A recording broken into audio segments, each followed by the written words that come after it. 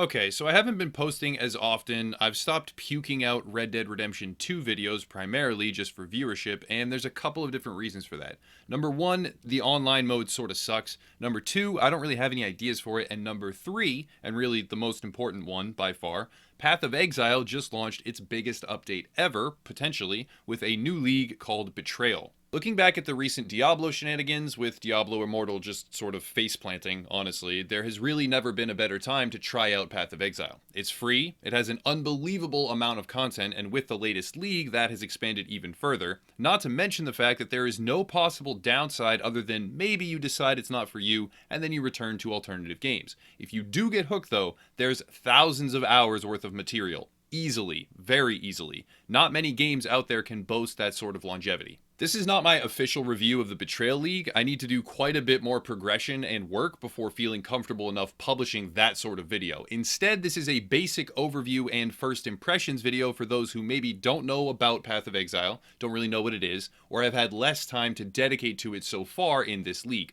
or any number of other reasons spurring them to find such material like this video. In the background right now is mostly just some basic low-level mapping footage on my most recent character, which is an adaptation of a dual-wield block-based gladiator featuring double strike and bleeds. The amount of customization is frankly staggering. There is a decent amount of complexity to it, however, and not all roads lead to Rome. That is to say, you can make wrong choices on your character builds, and they will not be strong enough to complete the harder material every single time. That's always been sort of true, but it's especially true with the new Syndicate content, which is one of the main points of this video. The Betrayal League brings us a whole new system called the Syndicate. It resembles the sort of deranged investigation boards you would see crop up in cop movies and TV shows and stuff like that, with string crisscrossed all over the place, tying things together seemingly at random, but upon closer examination it all kind of matters a lot. This isn't a specific guide on the Syndicate content or a step-by-step on how it all functions, but I'll talk about what I know so far in passing. The members are slowly uncovered as you play, they appear in the world. There are strongholds, caravans, basements, and random ambushes that will have you fight against one or more of the Syndicate members. And if you are victorious, you gain some options from them in order to interact with the organization as a whole. You can betray them, increasing their rank, you can bargain, interrogate, or even wipe them off the board completely sometimes, and each of these options has a different effect on the surrounding members. Green lines indicate they have a positive relationship and will help one another, and this is really, really good to have because that means more of them will show up in fights, which means more loot. Red lines indicate a rivalry and they hate one another. Yellow shows a direct subordinate, and your choices rearrange their positions constantly. When you have enough intel, you enter into a long stronghold assault, where you must get through multiple walls and gates, and you fight off various enemies, and the culmination of that effort is a series of vaults and caches after a boss fight, with really fantastic loot sometimes. I haven't done a whole lot of strongholds yet, but I did get an exalted orb from a pretty low level one. For those unfamiliar, that's a very valuable piece of currency in the game, and it could have just been luck, but the very next time I got a bunch of harbinger orbs too, again valuable currency items, so it seems to me they are very, very lucrative. Where many leagues in Path of Exile feature only one new mechanic, for example, the previous league Delve had an expanding procedurally generated dungeon with a lit up cart to explore beside you, Betrayal brings a massive amount of new features, but also pulls back in a bunch of older events and modes. For those that remember, Bestiary is back, so is Incursion and also Delve. Each of these systems in and of themselves are pretty large. They in fact had entire leagues based around them exclusively, but with all of them at once, it's almost impossible to not have some sort of activity right there waiting for you at every turn.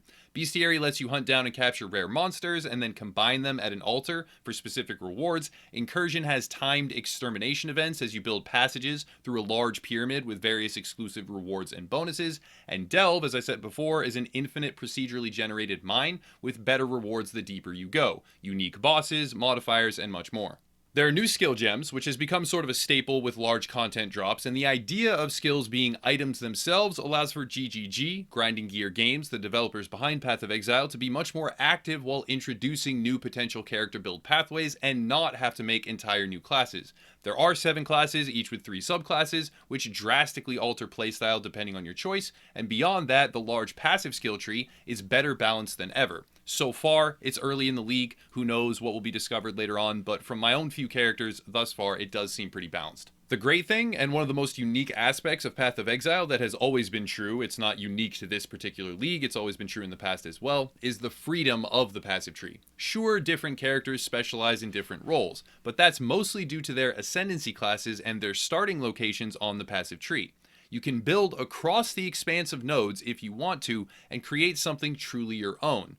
There's no guarantee it will be hyper effective, but some crazy builds have been discovered that way in the past, and there's no doubt more of them are out there. To dive in a little bit more on the Syndicate activities, they are difficult. I normally play hardcore in pretty much every game that I try. Not this time, not with this league, no way. The Syndicate strongholds and bosses, as they rank up, far outscale their surrounding zone enemies and become very, very dangerous. But difficulty is not a bad thing at all. They drop new items, which can be unveiled, offering a three-pronged choice for enhancements, and some of those choices are really, really cool. The system is just another way of dispersing rewarding and powerful gear into the community, and it also gives players a greater feeling of control over that gear, since having punishingly diverse RNG drop tables can be a bit daunting if it happens all the time. The crafting system has been completely overhauled. What was once admittedly a tedious grind is now a much more organic feeling recipe system, which is built upon by exploring the world further and does not require you to spam certain fetch quests or defense missions. The one concern I have is power creep.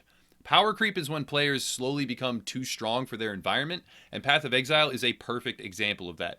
It's early in the league, so this expanded control players have over their gear, with a monumentally complex set of roles and combinations, which can be min-maxed out of this world, I'm pretty sure some insane stuff is going to surface. The Syndicate difficulty makes up for this a little bit, but it can be a bit rough for newer players who maybe don't know all the optimal combinations, though it's a simple process to learn by trial and error for beginners if they are open to that sort of thing. The game has hit an all-time concurrent player base high in the past few days. It shows a pattern of significant growth over time because new content just keeps coming out. Players that quit Path of Exile, myself included in this category, usually don't quit outright. They just maybe dislike one league or one mechanic. They get bored after a few weeks or months and they take a break. But clearly, players keep coming back and in larger numbers each time. There are very few games that have a trajectory that stable, and of those games, even less are completely free to play. The game has tons of microtransactions, but the vast majority are purely cosmetic, which is, if you must have microtransactions, the way it should be. Since the game is free, they obviously need to monetize somehow, so here it is understandable. There isn't some $60 title price tag that also charges for every single DLC drop and also throws in microtransactions because of some demented logic that unfortunately some players eat up like it's candy for some reason. Furthermore, the cosmetics I have seen so far in Betrayal are better than ever, like always. They are way too damned expensive though, but they do look cool as hell, and they show what a company should be doing if they want to get their players to buy something that makes your character's appearance change. I don't want to spend $5 for a pukey green beanie hat. I want to spend that money and look like a flaming hellbeast angel god hybrid, which you can do in Path of Exile.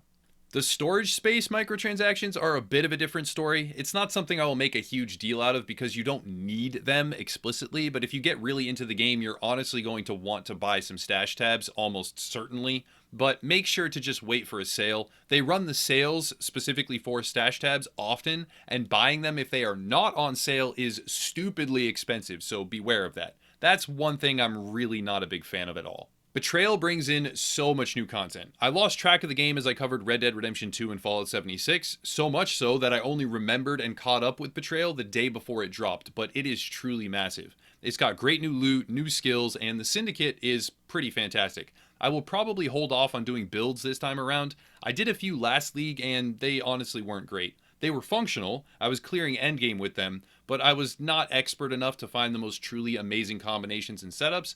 This time, if I get some builds up to total peak efficiency, then maybe, but it's not going to be my main focus. The game is available on Xbox One and PC, but the new content drops take a little bit of extra time to land on Xbox One, and it's not yet available on PS4, though it likely will be there very soon, I think. For players that want to play it or try it on PC, there is a service called Shadow which sponsors this channel, and this feels like the right time to advertise it. So Shadow lets you play any PC game on pretty much any device while streaming the gameplay and the inputs from a remote data center. I don't know all the technicals to it, but I use it myself quite a bit and it works very well. The thing is, by streaming the commands, there is a bit of lag. So in the interest of full disclosure, if you're trying to play reflex shooters or battle royales mostly, where split-second inputs matter every single time, then it's not going to be great for you. A game like Path of Exile, though, is fantastic on Shadow. You can have an old crappy laptop in your closet or something. If you dig it out, as long as your internet speed is decent and stable, then you can play Path of Exile or similar games on it at maximum settings. You can even play on like tablets and stuff on your iPad, etc. if you want to. Shadow is a monthly subscription, so you can cancel anytime if you end up buying your own machine later on or something like that, but it lets players try out PC gaming without having to invest hundreds of dollars into hardware and build their own rig right off the bat. If you have any interest at all, please check out the link down below, and you can use the code UEG that they supplied to our community at checkout for a huge discount. But that's it. Okay, sponsor plug over. My first impressions overall, to summarize, are that Betrayal is indeed the biggest, or at least close to the biggest content drop yet in terms of a single league. They have beefed up the activity density and made tons of quality changes to systems that were previously okay, but not great. I've been doing plenty of content recently about what is bad in games, and there are benefits to that, there are tangible benefits to that, but I also want to cover good things and great games with awesome DLC or content drops, so I'm making sure to work that into the channel as well. Not to mention the fact a huge chunk of my time over the next weeks, at least until some other games and developers get their head out of their ass, cough Red Dead Redemption 2, uncough, a huge chunk of my upcoming time will be spent in Path of Exile because of the Betrayal League. The thing is, though, I can't do an overview impressions video about the game without saying one more thing. Path of Exile is not for everyone. It has a very high learning curve, it requires some time investment, and it tends to have a sort of elitist community. I know that might earn me a couple dislikes from some people, and a lot of the players are insanely helpful, they're generous, they're friendly, and they're kind, but due to the complexity of the game, there is this kind of attitude that can crop up, and I've noticed it in myself at times, that's the only reason I'm even discussing it this much, where people look down on those who are just starting out or just learning. It's not super common, but for instance, when I was browsing Reddit and looking up some build threads about, different choices, I noticed a guy had asked a pretty simple question about skill gems. It was a very simple question, admittedly, and the first reply was literally someone just ripping into him for not knowing. And that behavior really, really sucks, and unfortunately there's a decent amount of it in Path of Exile. Like I said, it's not everyone, but there are some really pretentious, stuck-up, and elitist players. So if you encounter one of them, the type that's always leading their sentences with, well, I can do it, so ...